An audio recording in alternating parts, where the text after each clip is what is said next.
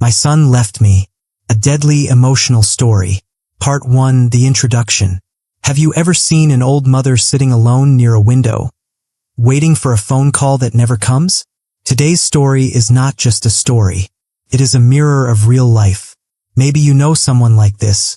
Maybe one day, without care and love, this can happen to any family. So listen carefully till the end, because this story will touch your heart, teach you something important about parents, love, and loneliness, and maybe change the way you look at your own family. This is the story of an old woman named Shanti. Shanti was 68 years old. Her hair had turned white, her hands shook while making tea, and her eyes had become weak. But every morning, she still cleaned the small house carefully and cooked fresh food. Why? Because she always believed her son would come home one day. Her son Ravi worked in a big city. He had a modern life, a good job, a car, and many friends. People said he was successful. But slowly, success changed him. At first, Ravi used to call his mother every day. Then once a week. Then once a month. And finally silence. But Shanti never complained. Every evening, she sat near the old wooden door and looked at the road outside with hope in her eyes. Maybe today my son will come, she whispered softly. Part 2. The lonely days. One rainy evening, Shanti felt very sick. She had fever and dizziness. Her neighbor, Meena, came to help her. Did you call Ravi? Meena asked. Shanti smiled weakly. He must be busy. Busy. That one word became her excuse for everything. Days passed. Ravi did not call. He did not know his mother was eating only biscuits and drinking water because she was too weak to cook. Still, every morning Shanti wore a clean sari and combed her hair properly, because mothers never stop waiting. One day Ravi finally called after many weeks, but he sounded irritated. Ma, why do you always sound sad? I have pressure at work. Please understand. Shanti quickly changed her voice and pretended to be happy. No, beta, I am fine. Take care of yourself. After the call ended, she looked at his childhood photo hanging on the wall. Tears slowly rolled down her face. She remembered the nights she stayed awake when Ravi was sick as a child.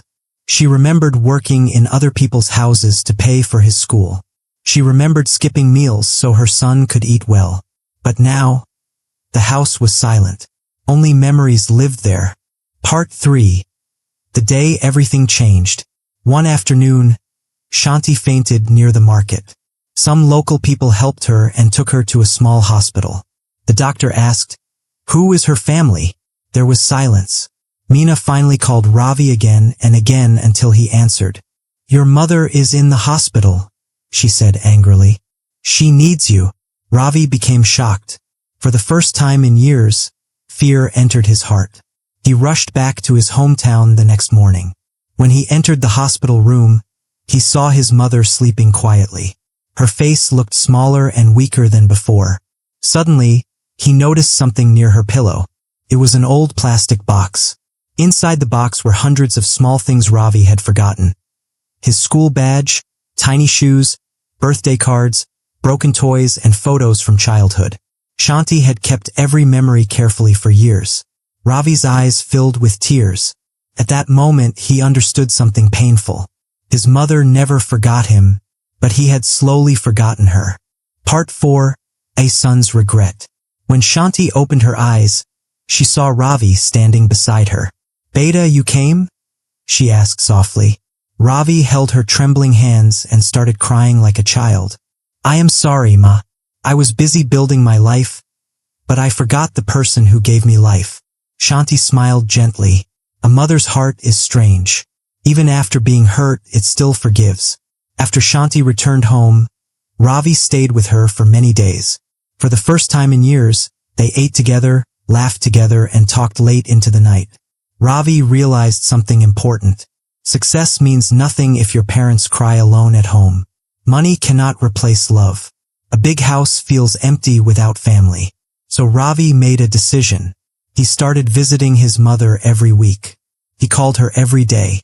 Sometimes they simply drank tea together in silence, but even that silence felt full of love. And slowly, the lonely house became alive again. Part 5. Ending and message.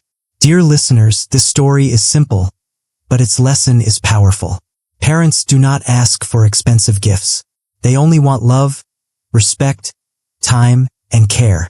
Many old parents today sit alone in silent homes, waiting for one phone call, one visit, one moment of love from their children.